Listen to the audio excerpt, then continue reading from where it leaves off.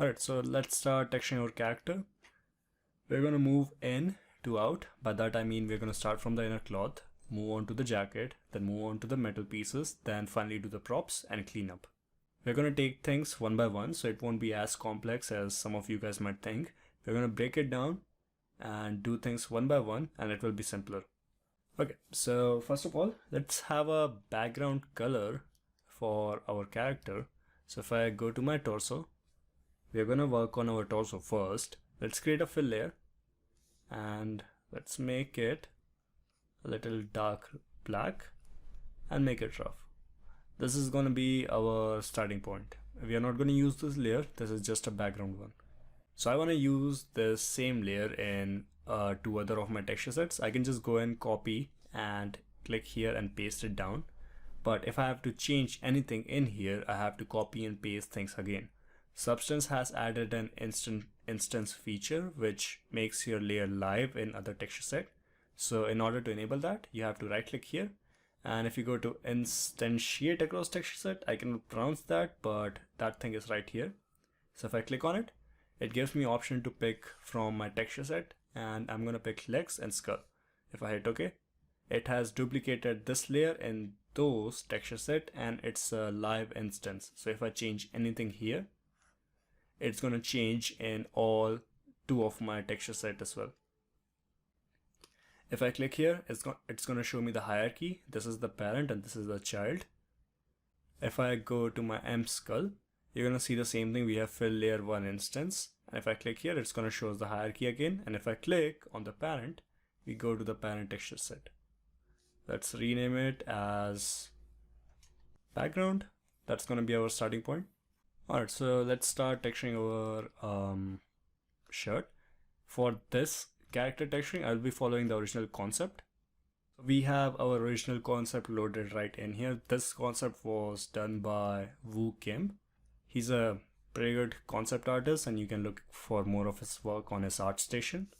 Under Metal Gear, this character was done by him, and I basically picked it. It has back and front both references. The concept does look a little bit noisy, so I took some artistic liberty to make my own material. So if you guys need more references, you can just pick in the work I did for this character following the concept.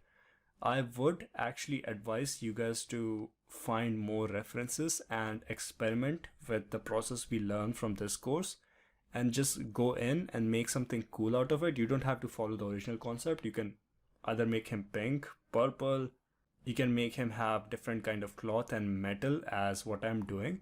So I would actually encourage for you guys to do that. But for now, let's stick to the main concept. So we're going to create a sci-fi superhero kind of cloth. First, let's go in, create a fill layer. Let's name it black. Let's group it. That's going to be our main folder. We are going to divide our groups according to the materials. That's how we're going to texture and build it up.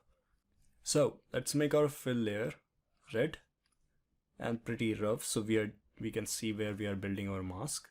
And if I right click on this guy, add a black mask and add a color selection, this gives us the ability to use our ID map and extract mask out of it. So if I go in and pick a color, if I pick this blue, it's gonna pick that blue. If I go in, pick this green, or I think it's a green bluish color, but if I pick this color, it's gonna pick that and extract a mask out of it. If I alt click on my mask, you can see it has filled all of those color as white and left other things as black. One thing you might see is it has also picked this area and this area, which we never picked. Reason being, the hue of this area ID color is a bit similar to the hue of this area. We can fix that if I go back to color selection, and if I change the tolerance to 0, it's gonna delete those guys. If I make my tolerance a bit less, it's gonna keep on picking the colors which are close to the hue of our main color, but we're gonna keep it at 0. So let's go in and quickly pick other parts of the cloth.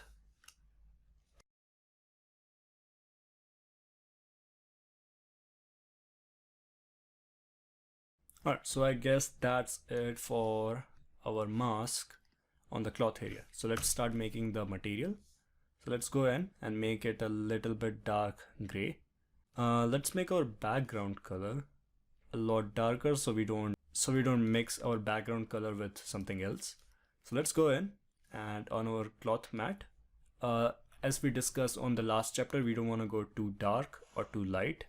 I'm just gonna keep it somewhere around here. I might mess it up sometime occasionally while I'm seeing on my viewport and changing the color to have a preview. It's fine. We are gonna pull in a filter that we discussed last time, put it in, and if I see anything red, I'm just gonna go in that layer and change it. For now, let's try to keep it right as much as we can. Alright, so that's our starting point.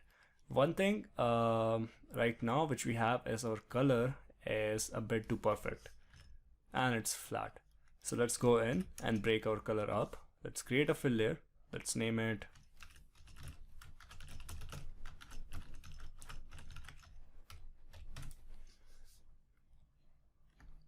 let's add a black mask. Let's add a fill, and if I go to my procedures, we just need a black and white color breakup. So let's pick black and white spots too. Let's change our tile and our balance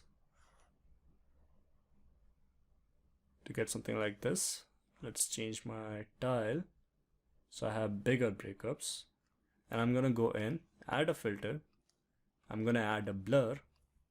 If I increase or decrease my blur, just gonna keep it a little subtle. Alright, so if I go back to my fill layer, I'm going to my base color. Let's disable other things and keep our base color on. Click here. You see we have a dropper right here. So if I hit C and go to my base color, I can click and drag this to pick any color through my screen, and it's going to pick that. So let's pick in our base color. We can also go to the main layer and pick it. Right now we have height active, so let's make it base color so we see what base color it has, and let's pick the color from here. We're going to use that as a starting point. Hit M to go back, and let's make it a little bit darker. I'm going to go to my main mask and I'm going to make the tile a little less. I'm going to make our color a little lighter. Just a slight bit of breakup. Alright, sweet. So let's go in and add those hexagonal pattern you usually see on superhero suits. So let's go in, add a fill layer, add a black mask, add a fill. Under our procedures, if I scroll down, we have a hexagonal diagonal pattern. Let's drag this guy in and alt click on my mask to see what it's doing. Click here, change the scale to get something like this. Hit M. Under my base color, I'm going to disable everything and keep my height on. And if I increase my height, I'm going to see those patterns working.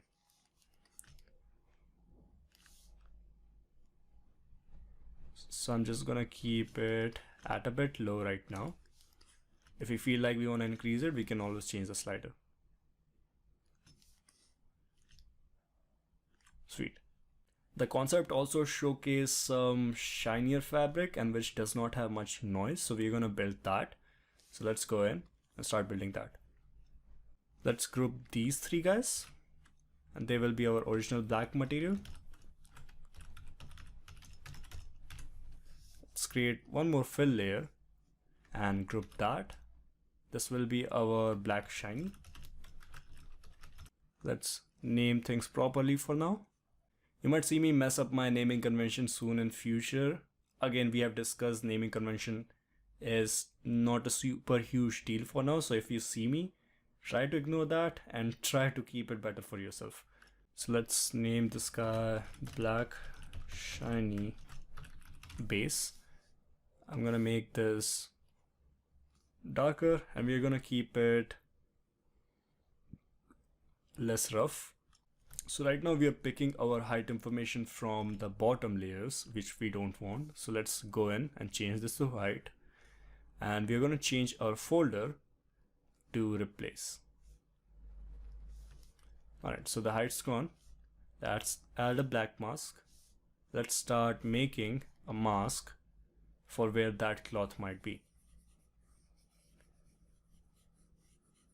So let's make the material a little bit more darker now so I can visibly see where I'm painting in. Let's go in and start painting. So right now, since our original mask for the main group, these are the subfolders which we have. For the main group, our mask is controlling the cloth area. So I can paint right now if I paint on my original mask, but if I paint here, I cannot paint on top of that, which prevents us the hassle of cleaning up afterwards. One thing you might encounter sometime if you don't have a group like that, painting in a place like where you have things overlapping on each other like this belt and the shirt, it gets a bit annoying to know where you're painting in. So one thing which we can do is paint in our UVs. So to paint in our UVs, let's first go to the UV panel.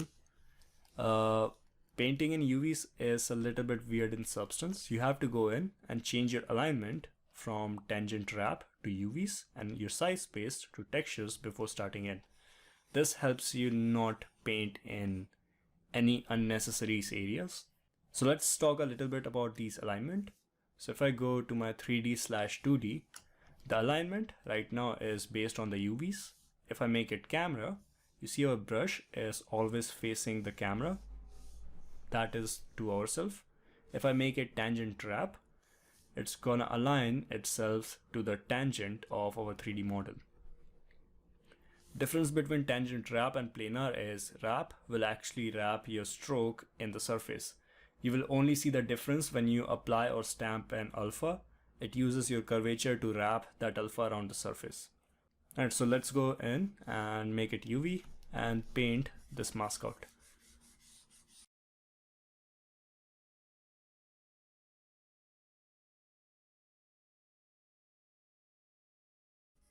I will go in and clean up these masks more when I'm not recording it to make sure none of this material is bleeding on top of another material where it is not supposed to be. So by that I mean cleaning up these guys and making sure none of this is weirdly done. Let's go in and make this 3D again and make our size space to viewport. Let's make it all 3D and start painting in.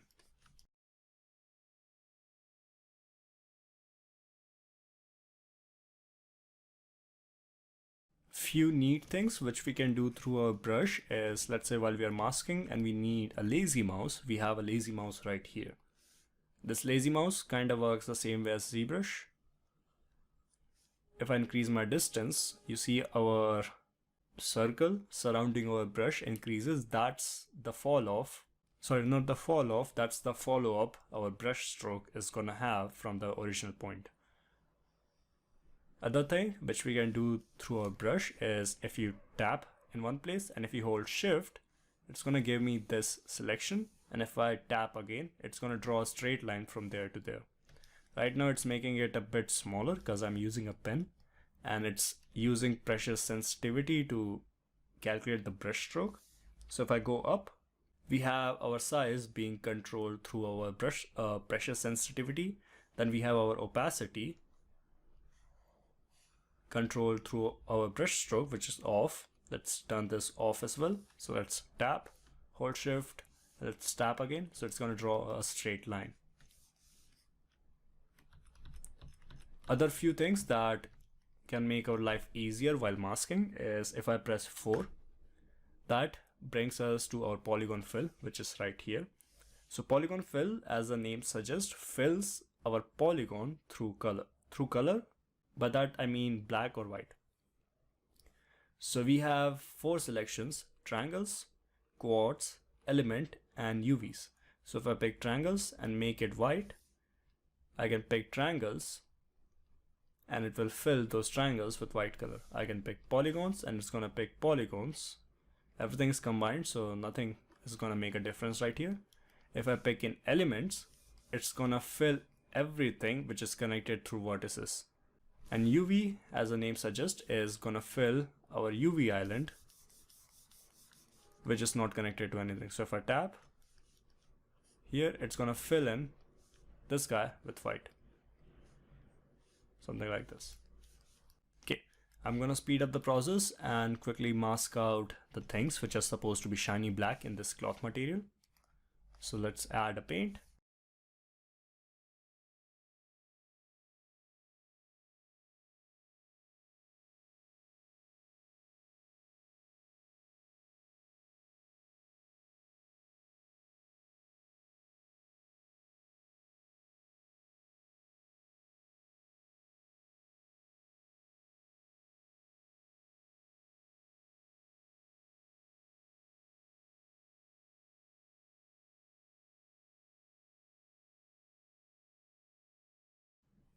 Alright, so one more thing that we can do in Substance is symmetry. So the symmetry icon is right here. So if I click on it, it divides our model into two groups. They have added new features in symmetry, like you can actually offset your symmetry center, which we are not going to do it in our model. You can change the symmetry axes, and you have options like these ones. So let's go in and use it. And to turn it off, just click on it again and it's off. One more quick feature, I was having trouble painting this because again I'm using a pen and my hand does not go in and it cannot make a stroke like this properly. But we can easily solve that. So if I go to my camera constraints and make it free rotation, I can rotate my model like this and make a stroke which is from top to bottom, which is much more natural for me. So if you feel like something like that, and if you want to make strokes which are more comfortable to you, you can move your model any way you like using a free rotation. To fix it, let's just make it a little bit straight. Let's make a constraint rotation, rotate it and press shift and we are done. Okay, we can work as we were used to. Alright, so the mask is done for everything, I would imagine. If I missed anything, I can just go in and paint it again. And I would actually like to clean up a few of those masks in the off time. So let's just save some time and call it done here. I would advise you guys to clean up those masks as much as you can. Okay, so after that, we have our cloth almost done. One more thing which we have here are stitches. So these stitches are baked down in our normal map. So you will have to go in and create a fill layer, add a black mask, and individually go in and paint those guys in.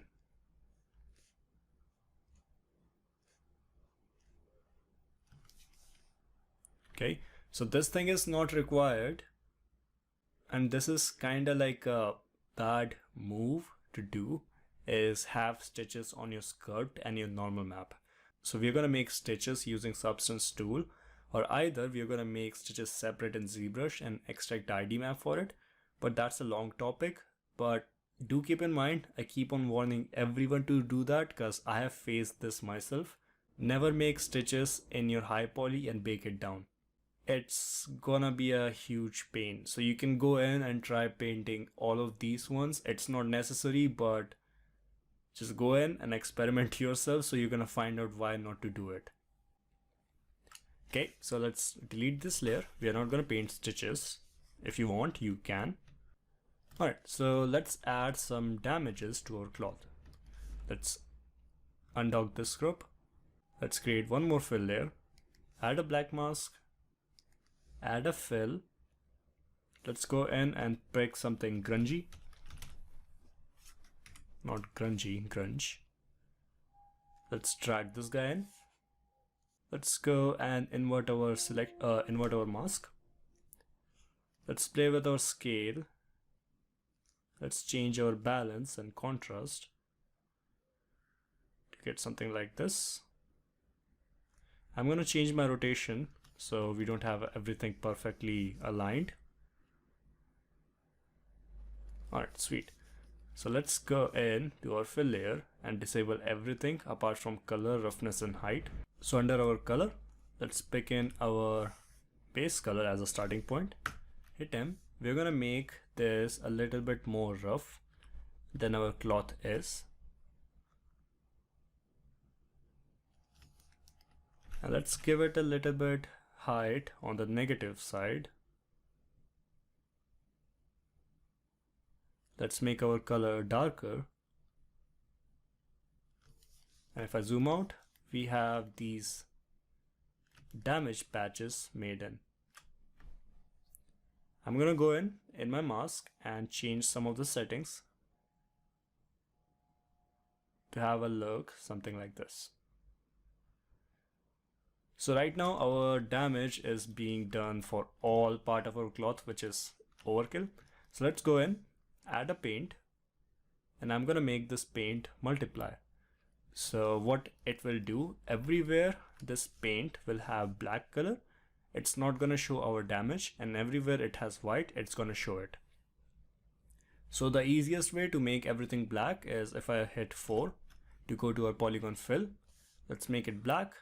Zoom out, let's pick element and drag so we can make sure everything is painted black. So our damage is gone. Let's hit 1. So we are on our brush, and everywhere I paint it in, it's gonna give me my damage. So I can go in and pick some places where I think he might have faced some damages.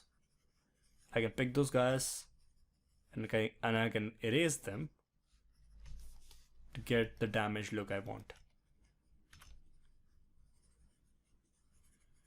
I'm gonna go to my original grunge as well. I'm gonna change my balance again to get a less damaged look than I had before. Alright, so let's go in, paint some more damages and call the damage part done. You can go in and add damages where you feel like he might be fighting a lot or getting some bruises, or places where he actually get damaged to add a bit more story to your character. Let's go to the back, add some of the damages here and there. I think we gave it more height than we should have, so let's decrease our height. Let's call it done. So one last thing before we wrap up our cloth part, let's name this guy damages. Let's add one more fill layer, and we are gonna add a dirt pass for our cloth. So in the end, we are gonna have a dirt and dust pass for the whole character, but we are gonna add a dirt or dust pass for individual pieces so they can have their own story, plus they can feel more grounded. So let's go in, add a black mask. I'm gonna use one of the smart mask. So smart masks are the same thing as smart material. They are some generators and masks combined in different ways to form a group. You can make your own smart mask just by right clicking on your mask, and you have the option to make it smart mask right here. So let's go in and pick a soft dirt. All you have to do is drag and drop it to our fill layer, and the mask is working. Let's name it dirt. Let's make our color a bit darker. Let's not make it around the grayscale because dirt is not completely on the gray or black area. So let's keep it somewhere around here. I'm gonna make it really rough, and I'm going to change a bit of our generator settings.